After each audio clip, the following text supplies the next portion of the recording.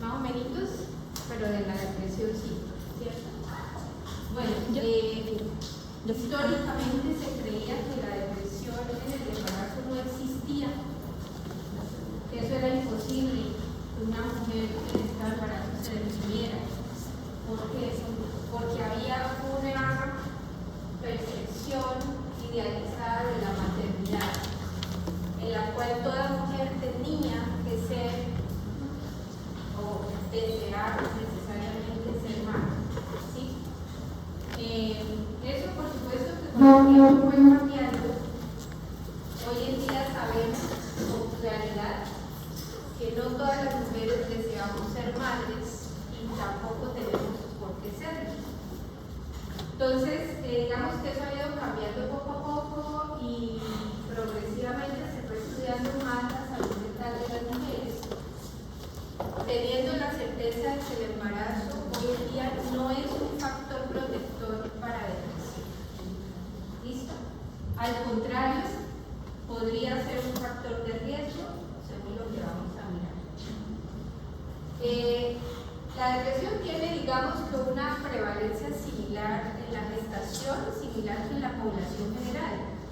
Sin embargo, sabemos que de acuerdo al trimestre, sí puede verse algunas diferencias, siendo más prevalente en el segundo y en el tercer trimestre. Aquí las prevalencias, digamos que realmente pueden llegar hasta el 20%. Es como un promedio, pero puede llegar hasta un 20% y si hay muchos factores de riesgo, pues más.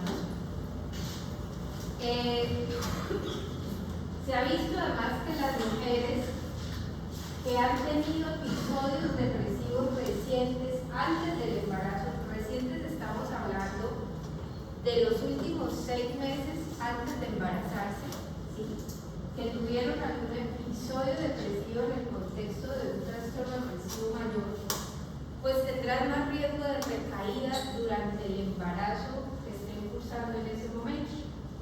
Entonces, eso es algo que vamos a tener presente a lo largo de la charla. También aquellas mujeres que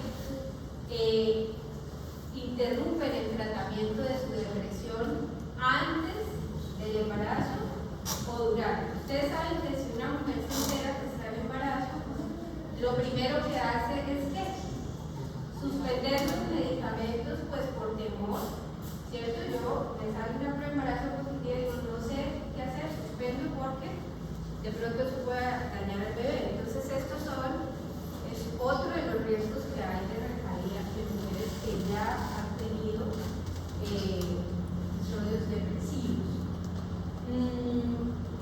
Eso hace que haya un porcentaje de recaída de más o menos el 68% de los casos, que es muy alto, es más de la mitad de las que suspenden el tratamiento. ¿Qué va a pasar con la depresión gestacional? Pues que no es solamente un problema para la mujer en sí misma, dado que puede tener problemas o puede, digamos, haber comorbilidades en la gestación, la misma depresión puede traer problemas, ya sea resultados obstétricos o resultados neonatales, o sea, en el proceso mismo del parto o de la cesárea pueden tener mayor complicación y los niños también pueden tener más dificultades, así como dificultades en el neurodesarrollo de estos hijos de madres deprimidas, tanto a corto como a largo plazo, como ya vamos a ver.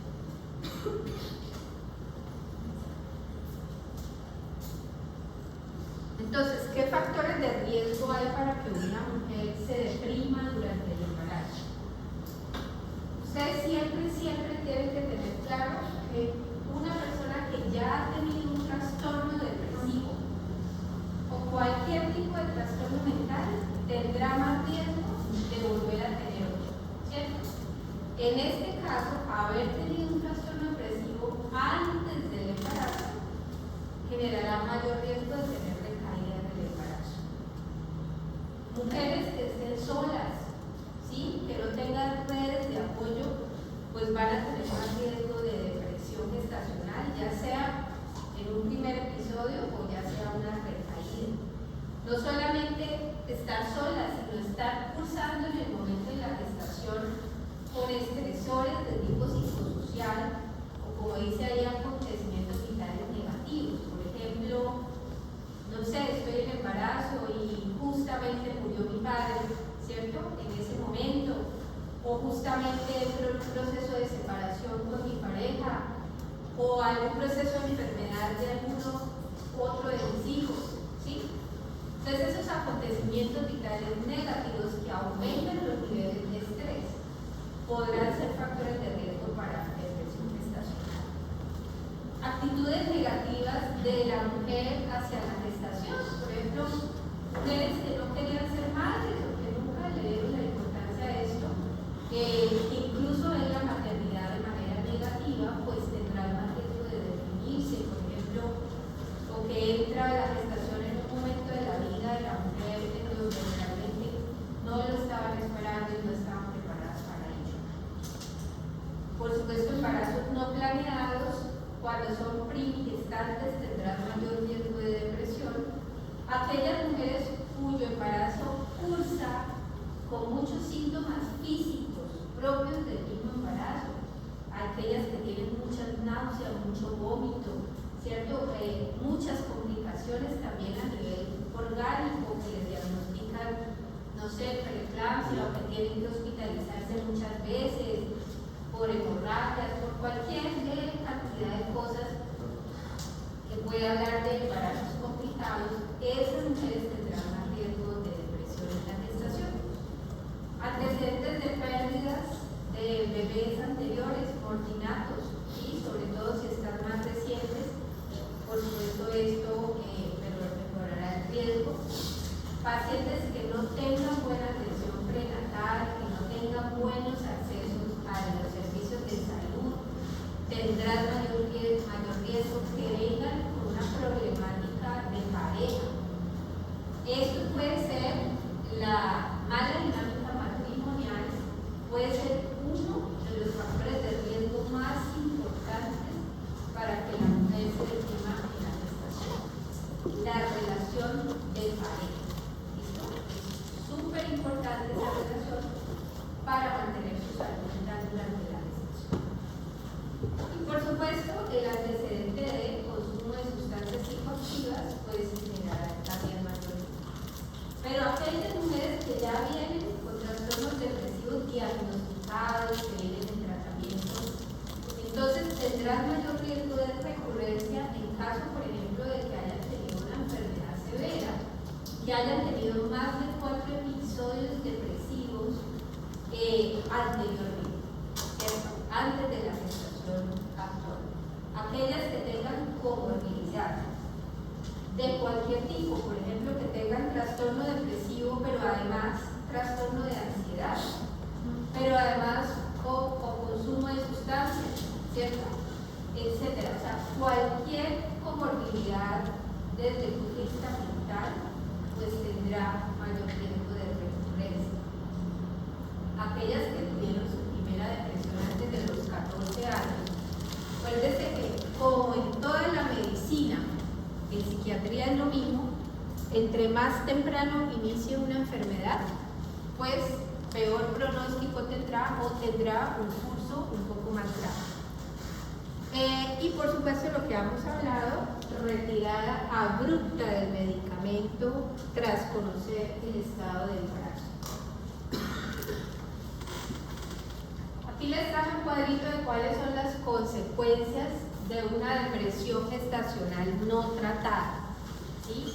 Entonces, lo que habíamos dicho, puede haber alteraciones tanto en la salud de la materna, que está cursando con la depresión, puede haber alteraciones en los resultados obstétricos durante el parto o efectos en el neurodesarrollo. Entonces, ¿qué podemos ver en cada uno de esos aspectos? Acerca de la salud materna, entonces vamos a tener madres, las madres deprimidas durante la gestación van a tener menos hábitos de salud. Ellas no tienen la energía, ni el deseo, ni absolutamente nada para ir a sus controles prenatales, ¿cierto? Ni de tomarse sus medicamentos. medicamentos o tampoco de tomarse sus suplementos de hierro, de lo que tenga que ver, de cuidarse en sí misma. Acuérdense que cuando uno está en un episodio depresivo grave, pues deja de cuidarse a sí mismo, ¿cierto? Entonces van a disminuir los hábitos de salud, los hábitos nutritivos, puede haber aumento en el consumo de sustancias psicoactivas, incluido el cigarrillo y el alcohol. Y por supuesto esto puede llegar a alterar el vínculo materno-filial, o sea, el vínculo de la madre con el bebé, porque ya se tornan distanciadas de sus bebés que están en sus barriguitas. Entonces ya tal vez no los consienten, también tal vez no hablan con sus bebés, ¿cierto? Tienen menos energía y menos deseos de hacerlo, entonces puede alterar el vínculo. Acerca de los resultados obstétricos, pues también puede generar alteraciones como por ejemplo aumento de los partos prematuros, ¿sí? Puede disminuir el peso de los bebecitos que nacen de madres deprimidas, puede haber preeclampsia, partos distóxicos, ingresos a las UCI, restricción del crecimiento intrauterino, o sea, todo esto podría llegar a alterarse en una madre con depresión gestacional no tratada. El efectos en el neurodesarrollo, pues lo que se ha encontrado es que los bebés de madres deprimidas son niños que tienen temperamentos muy difíciles, ¿sí?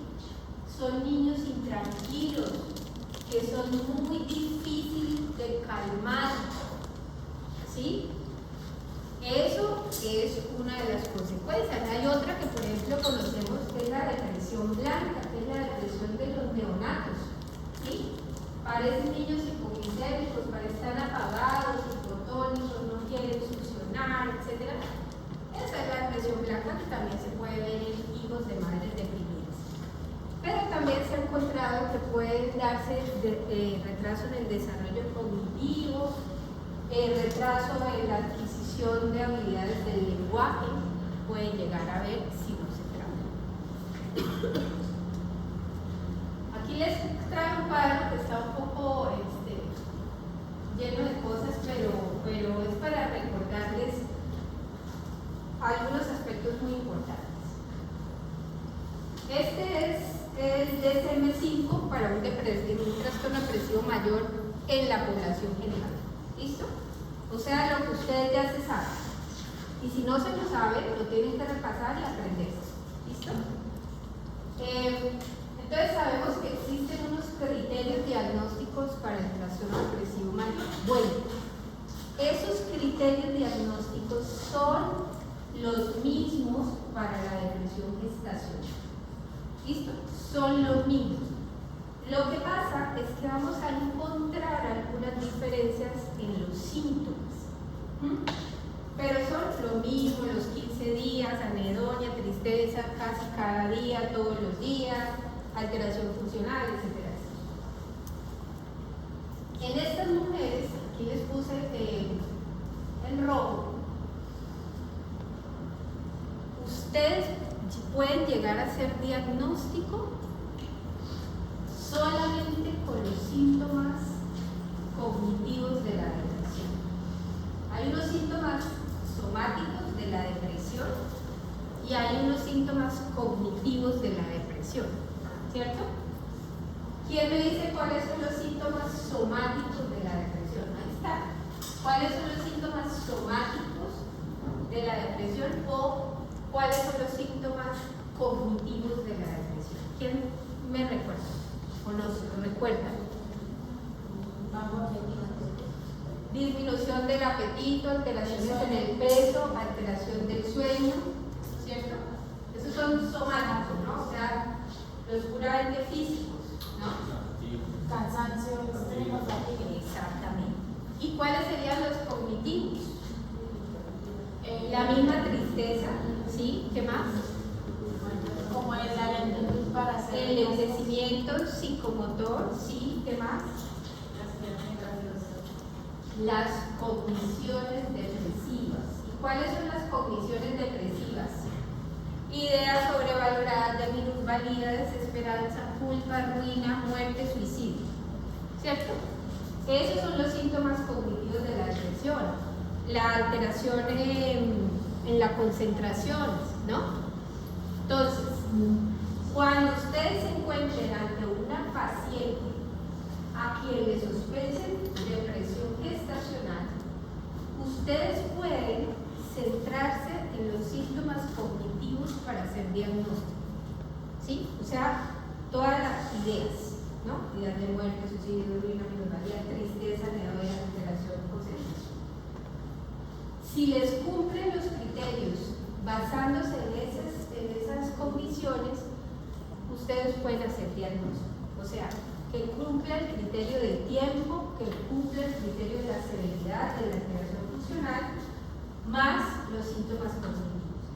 ¿Por qué no van a ser obligatorios, aunque pueden estar, pero pueden ser confusores? Los síntomas somáticos, ¿a quién se le ocurre? ¿Por qué no? Porque el embarazo da cansancio, ¿cierto? Uno se siente agotada, está pesado cada vez, entre más avance la gestación, ¿cierto?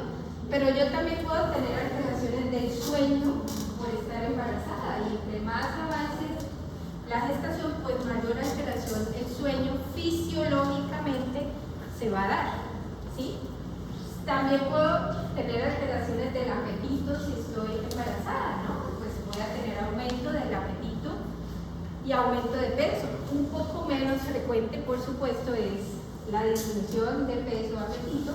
Ahí sí ya podríamos compensarlo más por la depresión. Pero entonces ustedes pueden fijarse más en los signos cognitivos y además deben hacerlo, ¿sí? Para poder hacer diagnóstico de depresión gestacional. No se pueden basar solamente en los síntomas somáticos, porque pueden sobrediagnosticar depresión gestacional, ¿sí? Van a tener que ir a buscar síntomas cognitivos, necesariamente, obligatoriamente. ¿Listo? Entonces, esa es una de las características diferenciales un poco de una depresión en cualquier otro momento de la vida. Cuando ya hacemos diagnóstico, bueno, antes de eso, cuando ustedes interrogan a estas madres, van a encontrar que esas cogniciones depresivas están muy centradas en temas relacionados con la maternidad, ¿sí? Por ejemplo, yo no estoy siendo capaz con esto me está quedando grande, yo soy una mala mamá, ¿cierto? Todos los temas giran muy en torno a la maternidad. Sus ideas de culpa suelen estar relacionados con la maternidad. Entonces, ese es un tema muy frecuentemente en la depresión gestacional. Y hay una especificación que tenemos que hacer cuando hacemos el diagnóstico. Según el DSM-5, ustedes solamente pueden diagnosticar trastorno depresivo mayor, episodio actual leve, moderado, grave, como en cualquier otra etapa de la vida, pero deben hacer una especificación que dice con inicio en el periparto, ¿sí? Con inicio en el periparto, o sea, perinatal. Para nosotros los psiquiatras, la perinatalidad incluye el embarazo y el puerperio hasta un año después, ¿sí? Entonces, inicio en el periparto. Bueno, aquí estamos hablando de depresión gestacional especialmente, pero yo también puedo hacer, eso lo veremos en otra clase, diagnóstico de depresión postparto, ¿cierto? Pero entonces lo importante es especificar trastorno depresivo mayor, punto, le pongo el episodio, la intensidad leve, moderada o grave, con o sin psicosis de inicio en el periparto. Así es como toca hacerlo de acuerdo al DSM-5. Bien. ¿Claro hasta ahí?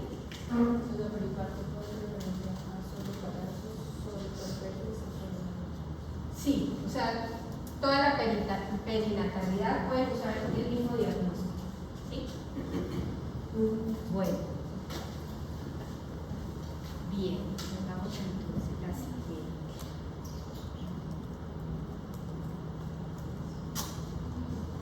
Esta es la escala más utilizada para diagnóstico de depresión gestacional. Hay muchísimas, pero esta es la más fácil de hacer, tiene buena especificidad, buena sensibilidad, es corta, es fácil, es rápida, está validada en diferentes idiomas, incluido el nuestro, ¿cierto?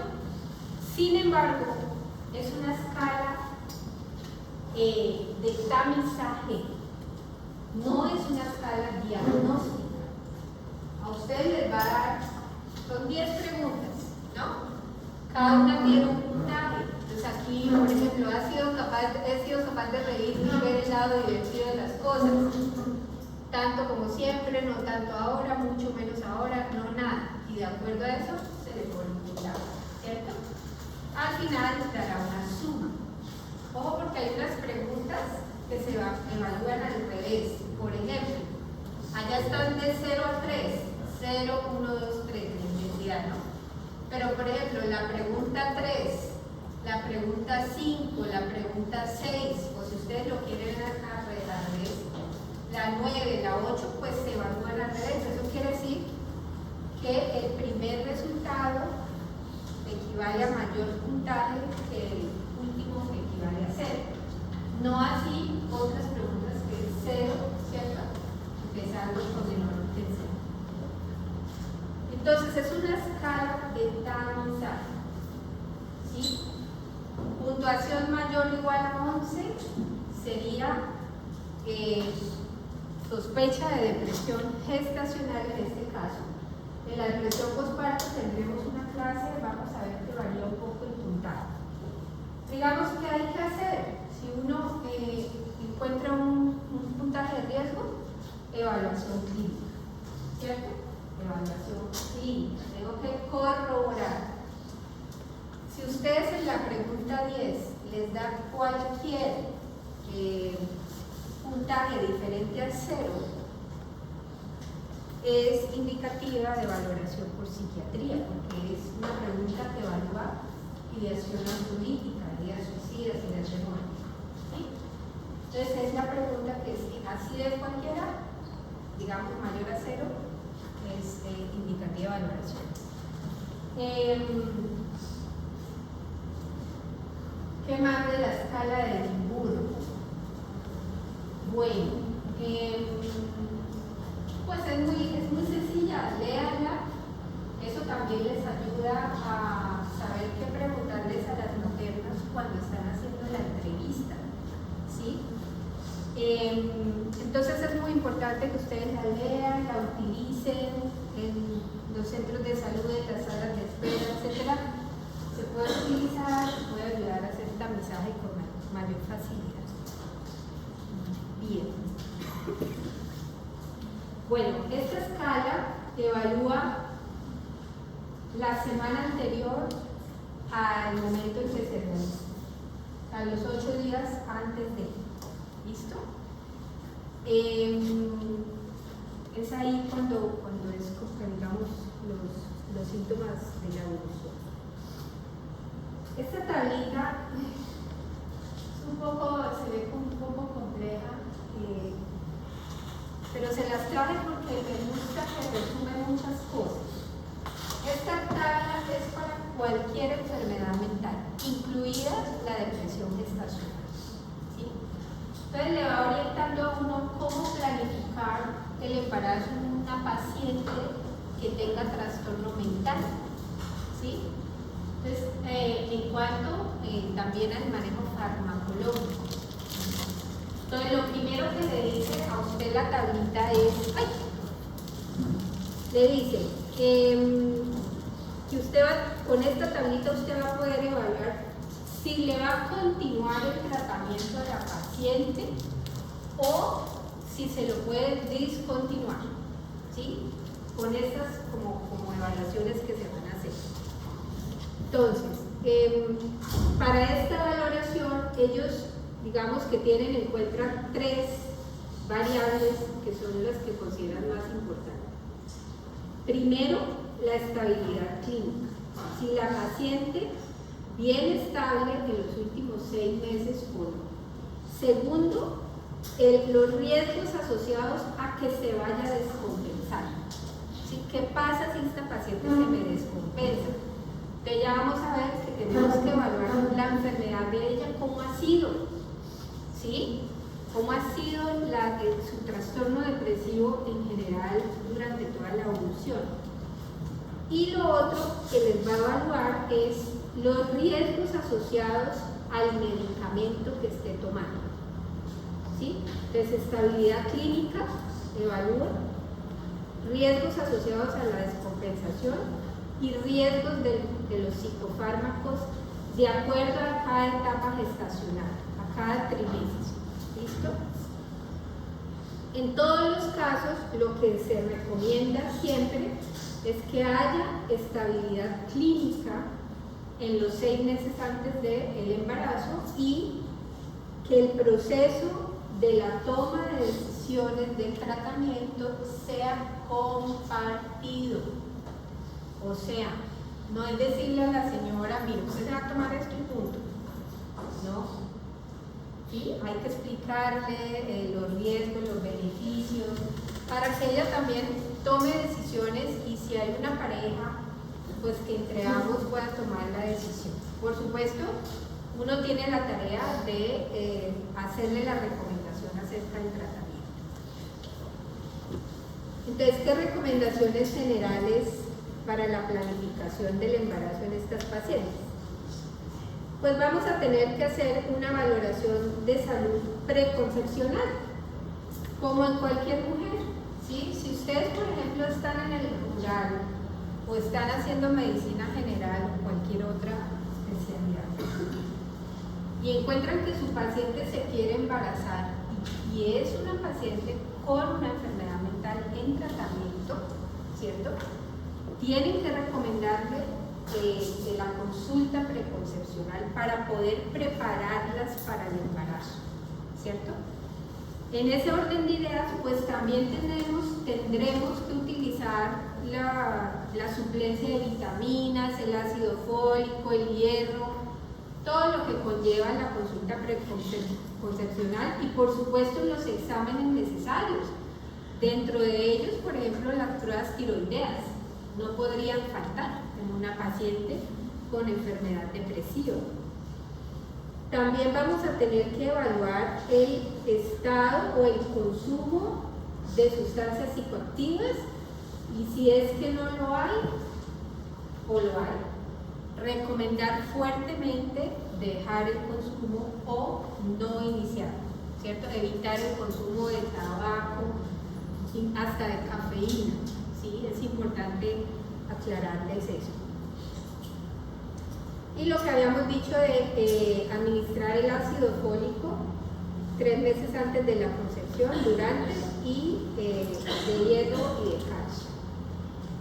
Cuando veamos la clase de psicofármacos, vamos a ver unas consideraciones especiales en estas suplencias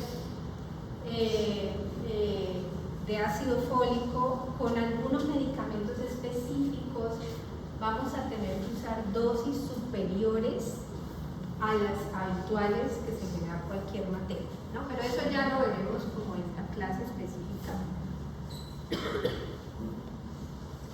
Respecto a la teratogenia del tratamiento psicofarmacológico, pues vamos a tener que evaluar y ajustar el tratamiento de acuerdo al riesgo que encontremos, ¿no? Entonces, también lo veremos en la clase. Aquí pues vamos a tener que evitar el ácido valproico, especialmente en el primer trimestre, porque sabemos que es altamente teratogénico, ¿sí? Asociado al retraso mental en los niños, cuando hablamos del primer trimestre y también de dosis alta. Con que la paciente esté tomando. En este caso que estamos hablando de depresión, pues tendremos algunas consideraciones especiales con algunos antidepresivos, como por ejemplo la paroxetina, ¿sí? Que ya vamos a ver que es de los ISRS la que tiene un riesgo un poco más alto. Y vamos a tener que evitar fármacos que sean recientemente comercializados. Fármacos muy nuevos que acaban de salir, que buenísimos para la depresión, que lo mejor hay que evitar porque esos todavía no habrán sido investigados en mujeres en embarazo. Entonces, vamos a irnos con las funciones clásicas que tienen mayores estudios. Ya les digo, eso lo veremos más a fondo en la clase de psicofármacos. Entonces, evaluamos. Encontramos que la paciente tiene estabilidad clínica. No tiene. Entonces vamos a tener que continuar el tratamiento de acuerdo a las guías en general. ¿Listo? Si no hay una estabilidad clínica. Pero si tiene una estabilidad clínica, pero es muy reciente, digamos que no completa los 6 meses de estabilidad clínica, vamos a recomendar, porque no podemos mandar sobre ellos, ¿sí? Recomendar una estabilidad de al menos 6 meses para que se embaracen, ¿sí? Si ya definitivamente, si la paciente está estable y lleva más de 6 meses de estabilidad, entonces ahí vamos a evaluar el riesgo de recaída.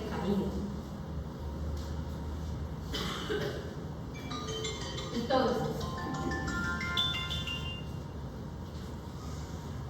estos son los diferentes riesgos que existen de recaída. Bajo, moderado. Si el riesgo es bajo, ¿cuándo el riesgo es bajo? Por ejemplo, pacientes que tengan largos periodos de estabilidad clínica y que además solo hayan tenido un episodio depresivo en toda su vida, ¿cierto? Eso es un riesgo bajo de recaída. O por ejemplo que tengan una muy buena conciencia de enfermedad, que sean mujeres capaces de identificar los síntomas cuando están empezando apenas una recaída, ¿cierto? O sea, tienen mucho conocimiento de la enfermedad y por supuesto que tengan un adecuado red de apoyo. En estos casos solamente podremos discontinuar el tratamiento gradualmente si viene con un antidepresivo en un periodo aproximado entre 4 y 8 semanas. O sea, lo vamos a bajar despacio. Siempre en psiquiatría deben bajar los medicamentos despacio, nunca abruptamente. Acuérdense que el riesgo de recaída, si ustedes quitan la decisión rápido o abruptamente, es mucho más alto. ¿Listo? En los siguientes 3 meses tendrán una recaída. Bien, ¿cuándo sería un riesgo moderado? Sí, ha tenido muchos episodios, varios, pero todos han remitido completamente. ¿Sí? Tiene revisión completa. O si tiene antecedente de una recaída en el posparto. Digamos que ya tuvo otros hijos y justo en el posparto le dio una recaída del episodio depresivo. Ahí sería un riesgo moderado. Entonces, en estos casos, ¿qué hacemos? Podemos discontinuar el tratamiento en el primer trimestre, pero vamos a tener que observarla muy bien para ver si del segundo trimestre en adelante nos toca reiniciar el tratamiento. ¿Por qué? Porque ella ya tuvo una recaída postparto. Entonces, si la dejamos sin manejo durante todo el embarazo, probablemente nos hace otra recaída. ¿Y cuándo sería un riesgo alto de recaída? Cuando han tenido múltiples episodios, múltiples recaídas, pero además esas recaídas o episodios han sido graves. ¿Qué significa gravedad en depresión? ¿Quién me dice? ¿Cómo? La afectación de la funcionalidad. Entre más sea afectado, pues más grave. Riesgo de suicidio.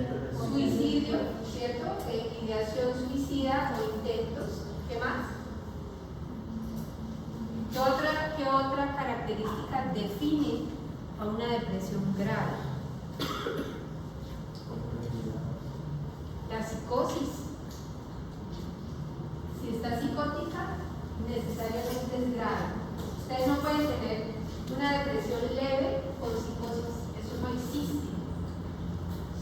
No pueden tener una depresión moderada con psicosis. Si hay psicosis, solo puede ser grave. ¿Queda claro?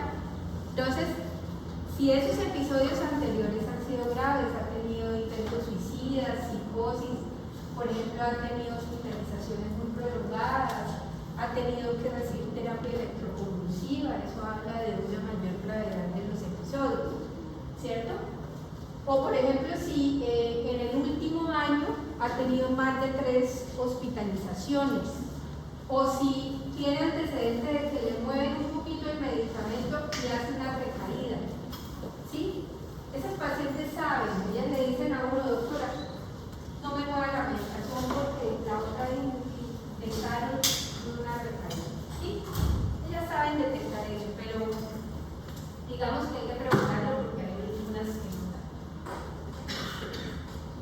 Y cuando hay comorbilidad con otro tipo de trastornos, como por ejemplo impulsividad.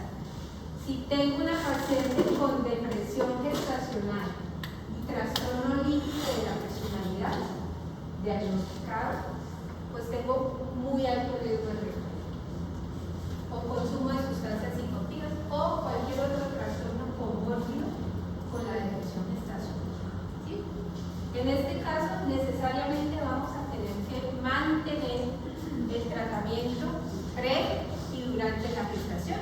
Por supuesto, podremos hacer modificaciones en la dosis, en la medicación, para que sea más seguro para su bebé y para ella. Lo de seguridad lo veremos en la clase de psicofármacos. En cualquiera de los casos, sea riesgo bajo, moderado o alto, necesariamente vamos a tener que hacer un seguimiento psiquiátrico en cada mes del embarazo, ¿cierto? Como un control prenatal, pero con psiquiatría. Le vamos a tener que enseñar a identificar precozmente los signos de descompensación de la enfermedad para que acuda rápidamente. Y, por supuesto, que al confirmarse el embarazo, pues vamos a tener que hacer el tratamiento consensuado que incluya todo lo de seguridad y las preferencias de la paciente. ¿Listo? ¿Claro hasta ahí?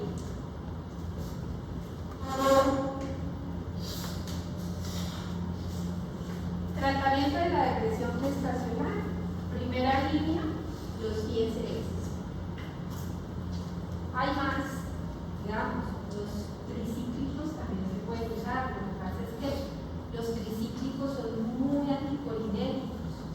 Entonces, las mujeres cuando están en embarazo, pues les da sueño, sienten pesadez, ¿cierto?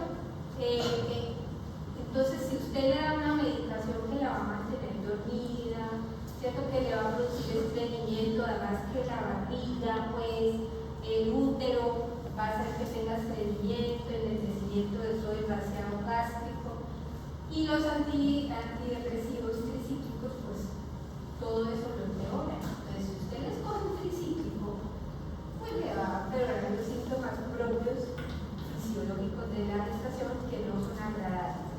O sea que la mujer les va a suspender el tratamiento rápidamente, no va a ser adherente al tratamiento. En parte por eso, los ISS son de elección, porque son mejor tolerados. Ya veremos en clases de psicofármacos cuál de ellos o cuáles de ellos tendremos que elegir. ¿Listo? O digamos cuál tiene mayor facilidad para que lo toleren. Estos son, creo que los habíamos nombrado en una diapositiva anterior, son las reglas para el uso de psicofármacos, cualquier psicofármaco en embarazo. ¿Sí? Para iniciar, siempre vamos a tener que iniciar con dosis mínimas efectivas. Mínimas. No subterapéuticas. Yo puedo empezar con dosis subterapéuticas, pero debo llevar a dosis mínimas. ¿Sí? Empezar siempre con dosis mínimas y evaluar tolerabilidad, respuesta, etc. evitar la polifarmacia lo más que se pueda. Por supuesto que si es un primer episodio, va a ser más fácil hacer monoterapia que si ya es una paciente que lleva muchísimos episodios depresivos, que está tratando, que seguramente ya viene polimedicada. Pero de pronto si es un primer episodio podremos mantenerlos firmes con la regla de tratar de evitar polifarmacia. Trataremos siempre de hacer monoterapia. ¿Listo? Y lo que ya habíamos hablado de evitar psicofármacos muy nuevos. ¿Cuánto tiempo hay que tratar? Un año después, hasta un año después de que empiece a mejorar la depresión. No es desde que comienza el tratamiento, es desde que empieza a mejorar la depresión. Un año después de eso. Lo mismo que cualquier otra depresión en cualquier momento de la vida. Lo mínimo es un año. Lo mismo, si ya tiene otros episodios, pues será mínimo 2 años o más. ¿Sí? Esto es si tiene un primer episodio. Por supuesto, la psicoterapia necesariamente va a ser combinación psicofármacos, psicoterapia, ampliar redes de apoyo y psicoeducar.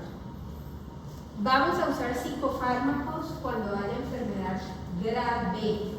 Ya dijimos cuáles son las características de una depresión grave, ¿cierto?